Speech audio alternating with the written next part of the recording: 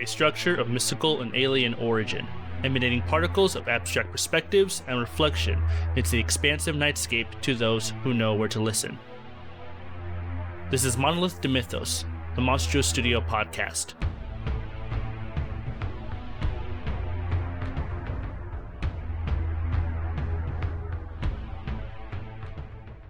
Hello, everybody, and welcome to the third episode of Monolith to Mythos, the Monstro Studio podcast. I'm Manuel, and this is Trevor. Hello, aka Trey Spells. Trey Spells.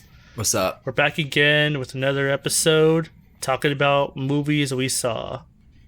And we actually saw a little bit more this week because it was one movie I know you've been wanting to see for a while. Mm-hmm. And then another one that you've been wanting to see just a couple weeks ago. That's true. You were recommended. Yeah, you were recommended Roar.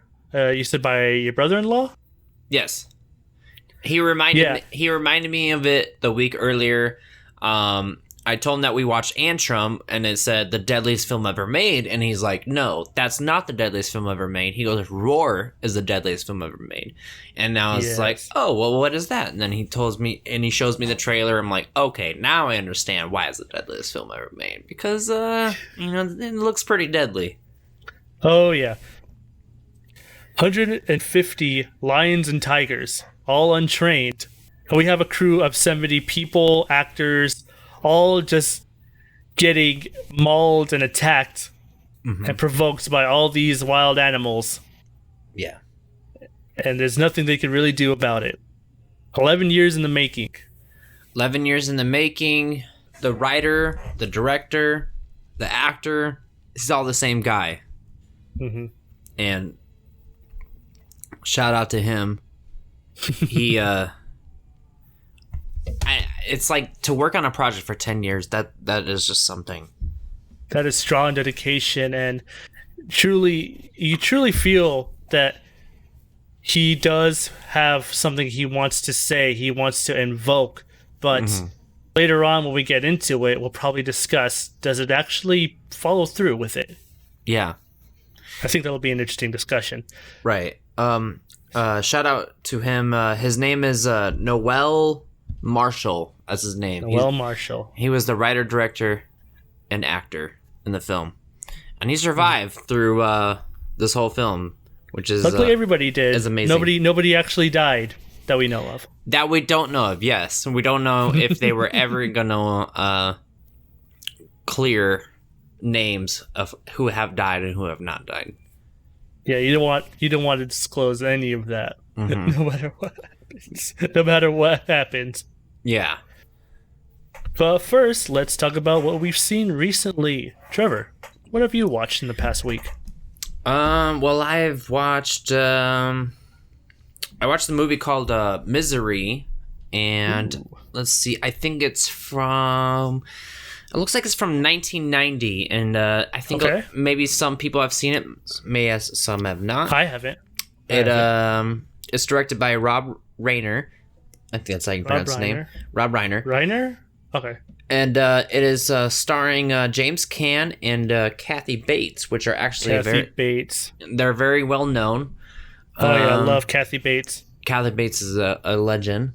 So watching Misery, I didn't know what I didn't know what to expect. I didn't know what vibe I was gonna get. But the biggest vibe I got was The Shining.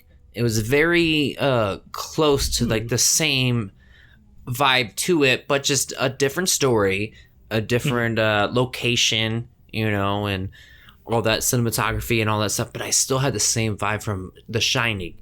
It's very close. I can see why people loved it so much at the time. It is an obsession film.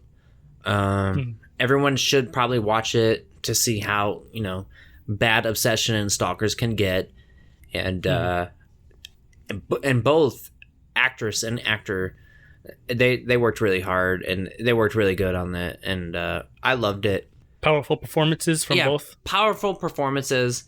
I could see it being a classic. I mean, not a classic as The Shining in some ways, but it could be a classic in some ways. It's very hard. Right. Yeah, because I've heard quite a bit about it, just mainly from references. I mainly just know the movie from the Family Guy episode where they did a bunch of Stephen King stories. Yeah. And Misery was one of them. Mainly just stories that had movies made of them and were like somewhat popular. Mm-hmm. So they did one of Misery, of Shawshank Redemption, which I have seen, and I forget what the third one was, like Stand By Me. It was like they were like a bunch of kids finding a dead body. I guess that one's pretty popular too, but I haven't seen Stand By Me, or Misery. That's an old one. Mm-hmm. I forgot about that. There's a lot of movies. There's a lot of classic older movies that I haven't watched. I'm working my way up though. Well, you gotta work on your Stephen King ladder. That's what it is. Yeah, you gotta find that Stephen King ladder. So it's like you've probably seen a couple and maybe a few, but you didn't really know how many are actually out there. I'm still trying to catch up. There's a lot from just what I'm barely now seeing. Because obviously there's so many Stephen King stories. Yes. Books. I have read a compilation book of Stephen King short stories. I find short stories are easier to read. I guess it's a pacing thing. He has short stories?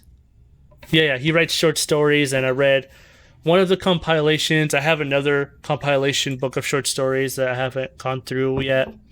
But a lot of interesting stories. And but from what I hear, he's just a powerhouse of just writing down these whole tomes, basically 500, 1,000 pages books. Jeez. I know it was probably one of the biggest, thickest books he's ever written. And yeah, there's just so much Stephen King out there. So of course there's going to be plenty of movies. I have heard about a lot of Stephen King movies, but I also hear that they're not very good, and they are hardly faithful adaptations to the books. I know especially The Shining wasn't, because there's a lot of weirdness going on in the actual... Actually, I heard he hated that film. Oh yeah, he did. And in all fairness, it's probably for the right reason that Stanley Kubrick didn't adapt the Shining book faithfully, because there's a lot of weird stuff that happens. Maybe it works better in writing because you have the reader imagining everything themselves. Yeah. But actually having it on film, it just does not work out. And I have seen comparisons between the Stanley Kubrick Shining and Stephen King's made-for-TV movie miniseries, Stephen King's Shining. Is that who directed The Shining? Was Stanley Kubrick? Yep. Oh wow, I didn't know that. Yeah, and he made it his own. he still made it iconic. Oh yeah. So either less. And Stephen King hated it so much, he made his own mini TV series of The Shining. I think he directed it himself as well, based on probably his own books, or maybe he wrote a couple screenplays and made it into movies. Just seeing some clips from the miniseries. Because there's one scene, so outside of the Overlook Hotel, there's that maze made out of hedges. But there's probably also a couple of bushes, tall bushes, cut out into animal shapes. There's an elephant, maybe a giraffe, or what have you. Yeah. And there's one scene, I think Danny is just laying outside before it gets winter, or maybe he's playing in the snow.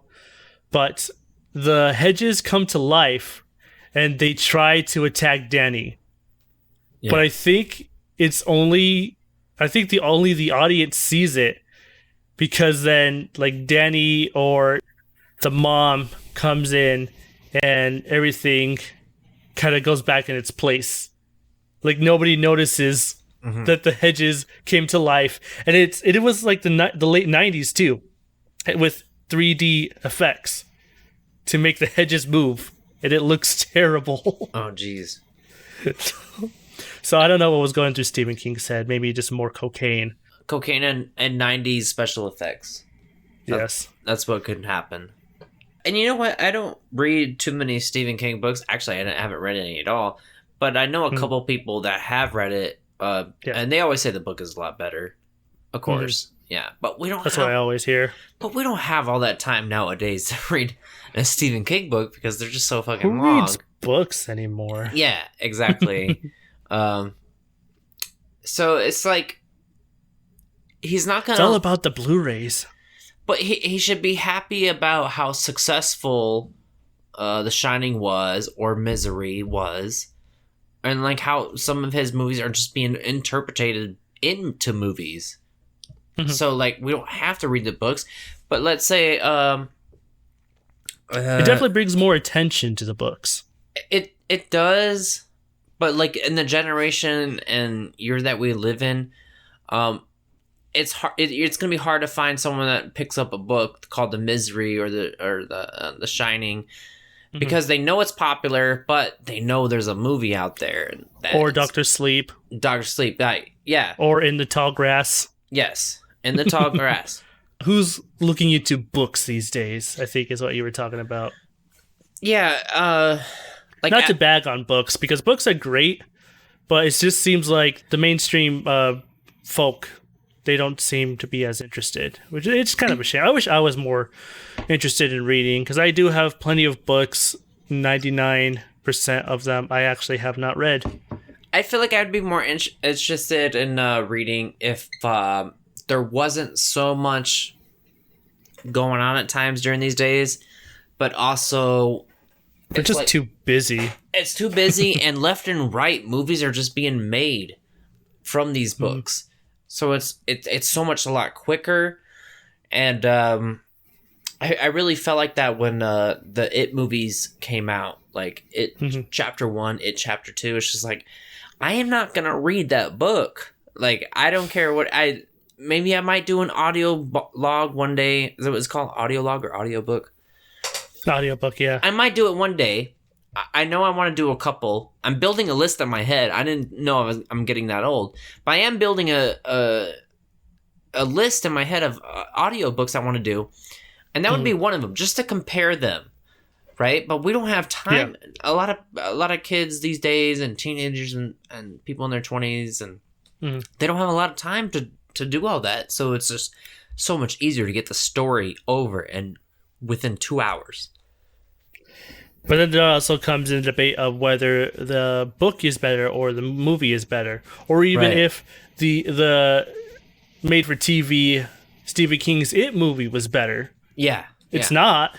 But there's also some people would argue that some aspects of the Stephen King's It made-for-TV series, made-for-TV miniseries movie, in some aspects is better than the newer It movie that came out. Because myself, I wasn't very fond of Chapter 2.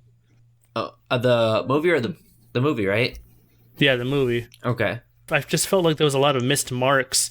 It kept trying to go back to the kids. Way too much. Because the adults are boring and people like the kids, so we gotta go back to the kids.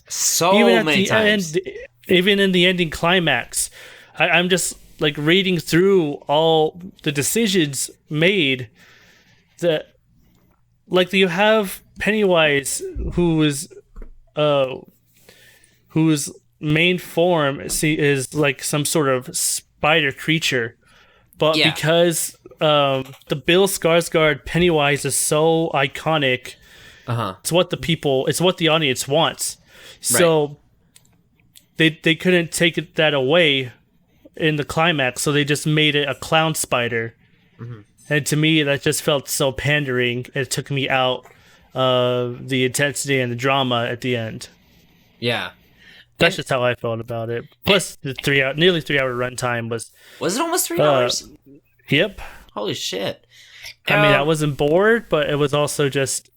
a lot of extra shit in that film. It didn't need to be there. Now that we're talking about It Chapter 2, is... It had very dragged on scenes, but it also had this new thing I noticed in I had unnecessary scenes. So what do you call that when it's not dragged on scenes, but unnecessary scenes. Like, they're still good scenes, but like that didn't need to be in the film. Well, I guess you could call it filler. So like filler Usually, moments. usually filler isn't terrible. Usually, most of the time, filler is even just neutral. It's not really a good scene or a bad scene. It's just there to pad the time. Exactly. It doesn't change the outcome of the narrative, whether it's in the final cut or not. Do you agree it had a lot of filler in the movie? None that I can remember. Just looking back, I don't remember much about it. But how much they would have to flashback from the kids to the adults to back to the kids. I just felt like, okay, we have to see every scene like filled up with that, like a flashback. And there's a lot of members of them. I think there was like 5 of them or 6. There's like 6. Yeah. Yeah, and that's another thing too. There's so many moments they're going back to that we didn't see in the first chapter. Because apparently they at the end of chapter 1 they promised to stick together, but then in chapter 2 they split off for the summer.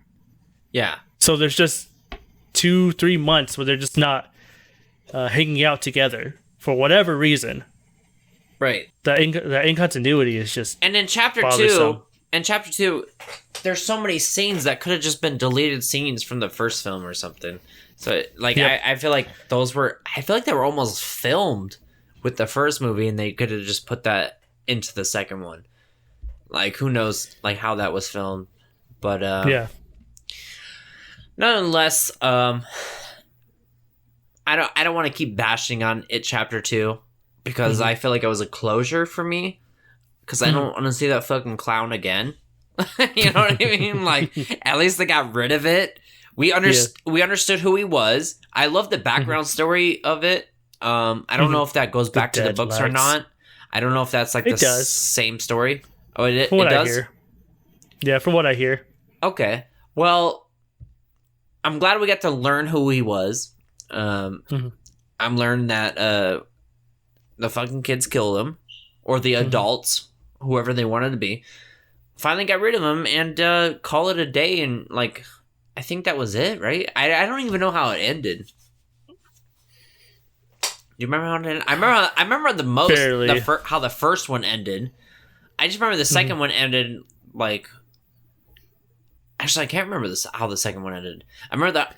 Everybody just kind of goes their own ways. I feel like the first one was the great. I feel like the first one was better. Oh yeah, definitely. The second one just felt like too rushed,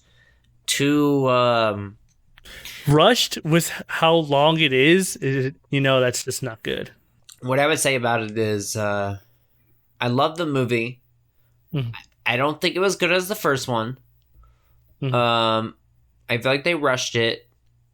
I love the cast that they chose. The cast was perfect. Yeah. They did what they could. I still recommend it to people to watch it. Of course. And we got Penny. Just be prepared when you see the second chapter. Yeah. Be prepared for it to be more underwhelming compared to the first one. Yeah, exactly. All right, moving on from Pennywise. So we go from obsession to clowns to grass. Yep. Because what I saw recently was a Netflix original movie, In the Tall Grass. And this was also written by Stephen King, right? Yeah. This was also a Stephen King novel. I think he actually co-wrote it with his son. So anyway, In the Tall Grass, the premise is just absolutely perfect for Netflix to want to greenlit. Because all you can really say about it is the antagonist is grass. Oh my gosh. The antagonist is grass. Like, what if, Trevor, what if? Yeah. You have a family. You have a mom, dad, a little boy, and their dog. And they have a brother and sister. The sister's pregnant. Oh, no. What if you have them go into a grass field? For what reason, and though? they get trapped. Why would they go out in there? the grass? Why would they go out there? Did our car stop? Good question. No, actually. why they went in the grass in the first place is actually quite a little more interesting than the premise leads on. Going into this movie, I actually didn't even know that it was based on a Stephen King story. But as I was watching it... Wait. Hold on. You didn't know this was a Stephen King story? Nope. I never heard about it until I asked my girlfriend to recommend me something to watch, because for no reason, I'm just too picky. Manny's picky. So I asked my girlfriend to recommend me something to watch, and she told me... she just said in the tall grass. Yeah. And I guess she hasn't even seen it herself, but it was something I guess was just on her read. She recommended it before she watched it too? Yep. I guess she wanted me to be the guinea pig just to see if it was any good. And it is. I will say that it's good. That's funny. I never thought of that. Mm-hmm. Like, hey, check out this movie for me before I watch it. Yeah. I was her little guinea pig. Okay. Shit. Her little guinea pig experiment. Did she ever watch it? I'm not sure, but I'm pretty sure she will now because I told her like all my thoughts on it, and it has some interesting things going for it. So yeah. So going into the grass, the reason that they go into the brother and sister go into the grass in the first place was because they pull over off the side of the road just because they wanted to stop and reflect about their long journey from probably Maine. Usually Stephen King stories takes place in Maine, but it's somewhere between Topeka, I guess that's Kansas. It's between Topeka, and they're on the way to San Diego. They stop on the side of the road to kind of reflect on their trip to San Diego. They don't really explain why. You find out later. They stop because the sister starts feeling nauseous, so they pull over to next to a field of tall grass as she throws up. But then they hear a little boy shouting from the grass saying that he's lost. Oh no! So they get out of the car and they go into the grass to try to find him, but then they get lost themselves in the grass. And it's not just that they got separated, they're still able to hear each other, but when they both try jumping over the grass, like with their hands up to try and see where the other is at, so they'll jump, they'll see each other, they're like 15 feet away, they try jumping again, suddenly they're 40 feet away in just an instant. That's wild. So there's something about this grass that just isn't right. Yeah. The grass is an enigma. And this grass is out to get them by separating them and creating this suspense and drama. Yeah. So like, how's the movie Adrenaline? How's the movie story? How does it pick up? Mainly because of how the story ends up going. But going into the narrative, how the narrative is presented, it does something that I've only seen before in another movie called Enemy, directed by Denis Villeneuve. I think that's how you pronounce the name. Great. He's actually the guy that directed Arrival. He directed Blade Runner 2049, and he's going to direct the upcoming Dune movie. The director that directed Arrival is the same one that directed Dune? Yep. Oh, wow. I didn't know that. Yep. That's pretty interesting. Arrival is a great movie, but that's another story for another day. Oh, yeah. And Enemy is also a great movie with a very interesting story structure. See, are you familiar with linear storytelling, Trevor? What's linear? It's just story goes from point A to point B, or even just well, it would depend point A, point B, point C. It would depend on the movie. Yeah, like it would be a movie. Maybe it does it. Oh, for it to be a linear story, it won't have flashbacks. Like it could skip time forward. It could skip forward in time, but it doesn't go back. That's what a linear storyline is. there's also something called a circular storyline. And what that is you start from a point in the story, the story in the present, maybe you go back again, and then you go back to the present, but at the end, the story ends where it began. Yeah. An example like this would be, you watch The Irishman, right? That's the first one that came to mind. It's, the old film? The Irishman that came out on Netflix like a few months ago. Oh, the one with Robert De Niro and all them? Robert De Niro, Al Pacino. Yeah. I watched You know that. how it starts off with him in the nursing home telling the story? Yeah. And then at the end, and then it ends with him finishing the story of the nursing home? I can't remember how it ends, but I remember him talking to his daughter or something. Yeah. Was he talking to his daughter throughout the film? No. Not throughout the film. He was talking to somebody else. But it ends with him just sitting alone in his nursing home bedroom. Okay. So the movie starts with Robert De Niro telling his story in the nursing home, and then it ends with him back at the nursing home. That's what a circular storyline is. Circular story. But what Enemy does, and what In the Tall Grass also kind of does, is they tell a spiral storyline, where it is like a circular storyline, but it also goes down. Think of it as you will. It also, while it's moving in a circle, it goes down a z-axis. So the storyline spirals. You get back to familiar points in the story, but they're changed slightly. Sometimes drastically, sometimes very subtly. Most of the times drastically, though. Yeah. And that's the basic storyline for Enemy was, and In the Tall Grass does it, but in a more palatable way. And I myself personally would leave it at that, just because not that there's anything spectacular to spoil, but it is an interesting way to tell a narrative that I feel like a lot of people should go into and experience. With how the story wraps up, it's such an interesting idea. Yeah. However, there are a few questions that come up that you don't really get a good answer to.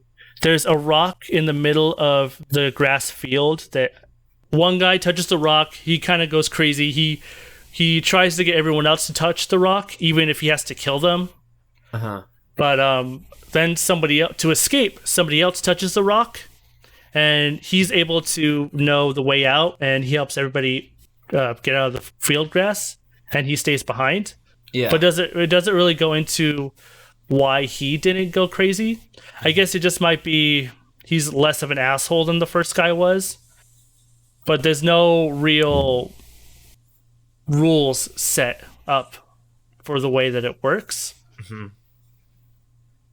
You just kind of go with it. That's my only qualm with the movie. Everything else was really good. The acting was good. Yeah. I was a bit off put by having a pregnant woman in your horror or thriller movie. It's become too much. It's become too much of a plot device, too much of a trope. Yeah. And a lot of times, horror movies or thrillers don't utilize it very well. It's just something to create extra drama and tension towards the end of the movie when she has to give birth. However, her being pregnant actually it helps set the story in motion. Yeah. It's almost like a catalyst. Yeah. This movie is one of the few horror thrillers where they actually utilize a pregnant woman properly. And yeah, I would definitely recommend people check out In the Tall Grass. As hokey as it sounds, I think people still check it out. It's on Netflix right now. It might not be the strongest story I've heard, but it sounds like it's just interesting. And that's the thing about it too, is that it's not about the way I see it. It's not about what the story is about. It's all about how you tell the story. And the way I see it, the movie tells the story in the most interesting way that you could probably tell a story about evil grass. Okay. And yeah, just to kind of wrap up on In the Tall Grass, it's a simple premise, but it's effective in how it tells the story. And in a lot of ways, it's actually kind of like Misery. They both take place in singular locations. One's just a field of grass, and the other is, I think, just a cabin in the middle of winter. Yeah, Misery is just in the cabin, middle of winter, and they're literally there the whole movie, and she just like. So would you say that there's a lot going on in that movie, and just maybe, or is there any nuances you've noticed, or is it just, obsessive stalker just holding this poor man hostage? It's obsessive stuff. There is times where she's really, really nice to him, but then she does get a little crazy. Like she breaks his legs, and I know that much. She breaks his legs, and that's at one certain point. But then you have to watch the movie because I don't want to tell everybody everything. Mm-hmm. You have to watch how he gets out of that situation. Okay. And that's when it comes down to Misery. So let's get into our first of two movies we saw together. Yes, let's go. So the first one we saw is Daniel Isn't Real. Daniel Isn't Real? Yeah. From... Who's Daniel? What did you say? Oh, he's not real. That's Who's what Daniel? He is. I can't find this Daniel. Daniel Isn't Real. That came out just a few years ago, right? Do you remember what year it came out? I know it's very recent. No, but I'll look it up in a second. You tell people what it's about. So, Daniel Isn't Real follows a college student who reunites with an imaginary friend from when he was a kid that he had locked away for most of his life. Yeah.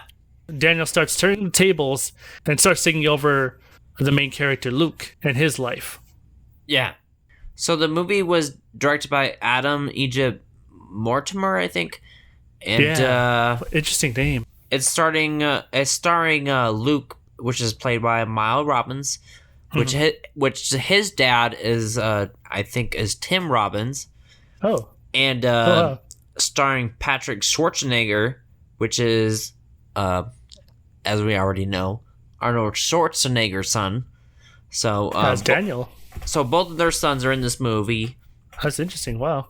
It does go down its own path of when it comes to tropes and imaginary person. Maybe they have more control than they think, or they're not who they think they are. Yeah. And they dive deeper into the mental state of the main character and as well as the imaginary person. And however, the way I see it, it's not very well executed. Yeah. When it comes to that. The first half of the movie is not too bad. It does a decent job setting up the way I see these kind of movies. They do the first half of the movie to the first hour, taking their time to build up, to set up these characters, set up the settings, set up the situation for the remaining half of the movie where all hell breaks loose. And that's where you're talking about pacing, right? Yes. Like we watch the movie and we're like, oh, we could definitely tell how this is the first act, the second act, the third act. They made that very clear in this movie, and I've never seen a movie so clear about that. Maybe in other movies do it more smoothly. You know what I mean? Like it's more smoothly, but this one was a little bit rougher on I agree. Depicting the first act, the second act, the third act, and that type of way. You definitely get, and because of that, you definitely feel that the direction is quite amateur, and especially once you actually do get to that second half, there isn't too much set up about what Daniel is and what he can do. It's shown that he can take over Luke's body whenever he wants. It seems like he can appear in front of people. Either it's up to him, whether other people can see him or they have to do some kind of weird, like ritualistic thing. Yeah. At least that's what Luke's therapist does when he tries to do some weird voodoo hypnosis on him, and then Daniel just shows up in front of him and kills him. Yeah. And there's also the girl that Luke bumps into in the beginning of the movie that he starts going out with, who, like, we both agree was probably the best actor through the whole movie. That actress, she was great. She was great. Mm-hmm. Definitely played the sarcastic Cassie. Cassie, that's her name. Yeah. That was her character's name, which is played by Sasha Lane. She was great. She was fantabulous. Fantabulous. She really played the sarcastic, bitchy kind of character very well up until the end. But but throughout the whole movie, she just felt so natural, and in a lot of ways comparable to the main character, who is socially inept. He tries to go to a party on his own in the very beginning, but he kind of spazzes out. It seems like he has a seizure. I thought he was epileptic, but I guess it was just he just has an anxiety attack. Yeah. So he doesn't do very well socializing, and it's also kind of apparent that Cassie doesn't get along with people very well either. She is a lot more outgoing, but she has a hard time. She has a hard time being friendly with other people. But her and Luke do get along quite well, and also it's also mainly because of Daniel. He starts off as a pretty decent wingman to Luke, but as the movie goes on, Daniel kind of messes with that. He takes over Luke's body so he could have sex with this random girl from a party.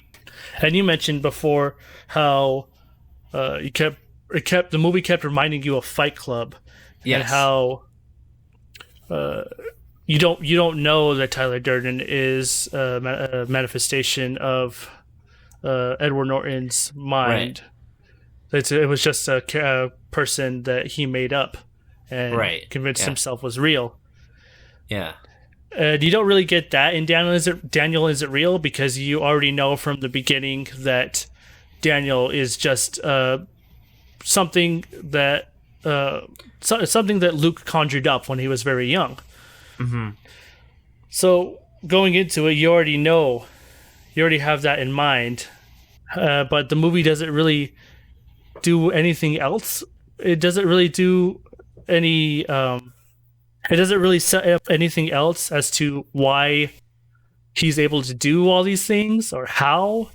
Because when you want to make a thriller dealing with either like demonic, supernatural, psychological, you need to set up rules. And that's what this movie doesn't do. Because as it goes on, it just gets more and more convoluted, and by the end, you're just totally taken out of it. Mm-hmm. Try to make it believable. Yes. It doesn't need to be real. It doesn't need to be based in reality. And that's what we come back to when you said earlier that you don't know in Fight Club that it was a schizophrenic movie till almost 25 minutes of the movie left. Yes. That's what they should have done, right? I don't think that would actually help. But going into that it'd be too much work going into that than the movie warrants. Yeah, I guess because it's not even schizophrenic. Because he does end up taking, it's more of like a curse. But the movie kind of treats it like it's schizophrenic, but then it goes into that the curse that he's like a demon, but then you're just left wondering, well, how does that work then? But the movie doesn't ever really go into it. It does some weird things with he gets trapped in the dollhouse, and it's it's a lot bigger on the inside, like a whole castle.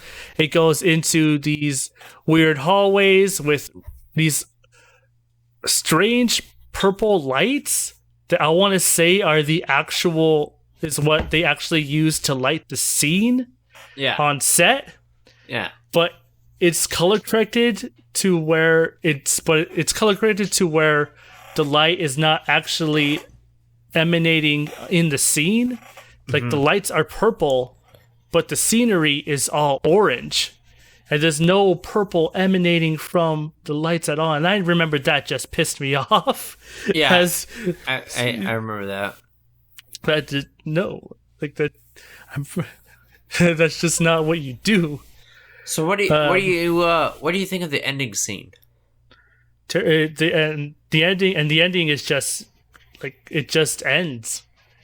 There's no good resolution to it. Cassie's character seems to break. Like she doesn't even know what to do in the scene, and it's very adamant that she just kind of just sits back and does nothing. Mm-hmm. Nothing even makes sense. I remember we tried to find one of those YouTube videos, like ending explained YouTube videos, but I couldn't find anything on Daniel Is It Real? Yeah, it's you can't find them. Mm-hmm. And do you want to mention all the positive reviews you saw of it? Yeah, so I watched a lot of positive reviews about Daniel Isn't Real, and they're trying to compare it to a lot of movies, and they try to compare it to Mandy. And if you guys are Mandy fans at the same time, that is not a movie you can compare to. I don't even understand how they have a comparison from Daniel Isn't Real to Mandy. And no disrespect to Daniel Isn't Real, it's just like those are two different type of movies. Different in tone, different in... I know the movie poster is very similar, okay, but that is not the same movie. You cannot do that to a different movie just because the posters are the same, almost like the same colors. Mm-hmm. It's not going to be the same type of movie. Mm-mm. And I saw some YouTube reviewers that are trying to compare those movies together. It's not going to be the same. So no, like I think I even said before, Daniel Is It Real is like the Twilight Saga Schizophrenia movie. Exactly. Daniel Isn't Real is for like some teenagers or some shit. Mm-hmm. And I'm not trying to hate on teenagers saying that, but it is a teenager vibe. I think they were trying to go for the younger crowd watching this film. Yeah. With a Fight Club essence, but it was not happening. You cannot duplicate Fight Club. You can if you do it the right way, but this was not the right way to do it. Mm-hmm. But they got close. I would say they're like 50% close if they just did certain things. It definitely had ways that it could have gone, but it just seems to ignore all of them to go somewhere that is just not compelling and right. Just very underwhelming is what I would call Daniel Is It Real? Yeah. And which was so unfortunate because the trailer made it look a lot better. Oh, man, it looks so good. Mm-hmm. It made it look so nice. Yeah, but now I know to avoid trailers now more than ever. Yes. So what else did we watch? We also watched Roar from 1981. 1981, yep. Yeah. And how long did that movie take to make? 11 years. So it's technically more of a 70s movie than it is an 80s movie. Right. But everybody was just so dedicated to completing this movie. They fought through a lot of things. A literal pack of lions. Not even a pack. Just a conglomerate of packs of lions and tigers and elephants. Oh, there was at least one panther. Yeah, there was some panthers, tigers, and lions. I also feel like they fought through a lot of legal documents going through this shit. I would not doubt that whatsoever. This movie took a lot to make. It's just one of those movies where you're just like, you can't believe it was made, but it happened. It really did happen. It's so simple, and you get what it's going for, yet everything around it is just batshit insane. Exactly. So the story just goes as there's a guy who owns a sanctuary in Africa where it has like over 100 lions, tigers. There's a couple panthers, and in the outskirts, kind of just living together. And he is just chilling with all these like real untrained, untamed lions. And he tries his best to be chill with them, but once a lion gets ornery with each other, you can't stop it, or he'll try to. He just runs right in the middle of two lions fighting, and he just yells at him like, "Hey, hey, stop him!" And the whole movie will just stop to watch him calm these lions down, and it happens like 10 times throughout the whole movie. Exactly. They're trying to deliver dialogue, but then it gets interrupted because a lion just wants to come in. He just wants to chill on the boat that everybody's on because, he wants to get some attention too. And then it derails the whole scene because the boat sinks. Yeah. So now they have to alter the plot to follow that. And I feel like the plot was altered so many times just trying to figure out what they can do.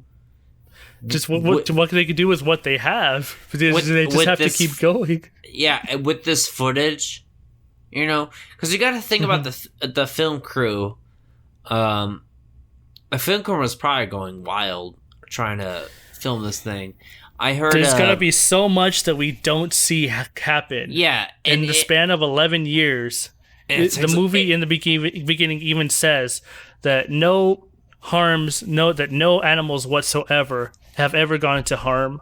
Probably not from human to animal, maybe animal to animal. We do see some like lion manes get kind of bloodied up, but it does go into that the crew and actors were indeed harmed quite a bit. Put the bottle down, Trevor.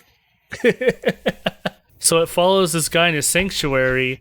Yeah, and he's I guess he's just been chilling with these lions for a few years. His family flies over to visit him, but he's not home. Yeah, and there's just all these lions breaking in, and they just spend the whole day and night getting bombarded and by trying to hide from these lions. They're just tearing down the entire house. All the furniture, the kitchen gets destroyed. Everybody's hiding in closets, inside refrigerators, inside lockers, inside barrels. Yeah, and that's just all it is throughout the whole movie. And so people know, it's not just lions. There was wild panthers. There's wild tigers. Elephants at one point. Elephants.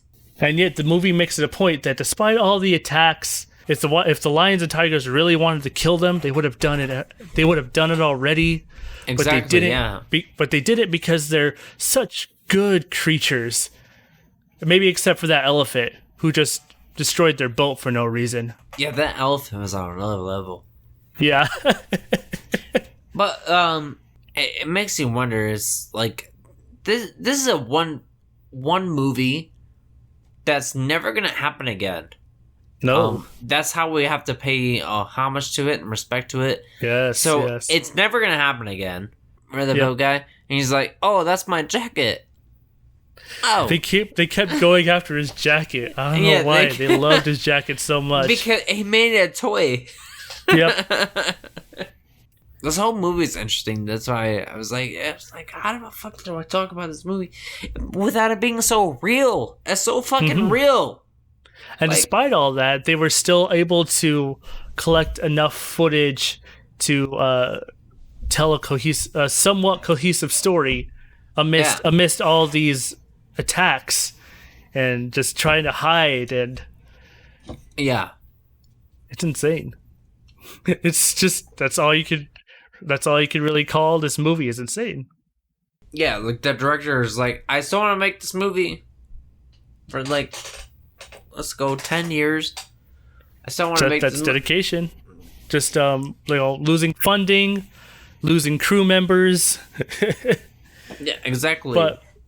But he wanted it to, make the movie about where he wanted to make his movie where lions and humans can get along.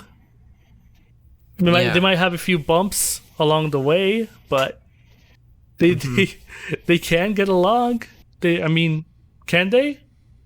Can wild animals and mankind get along, Trevor?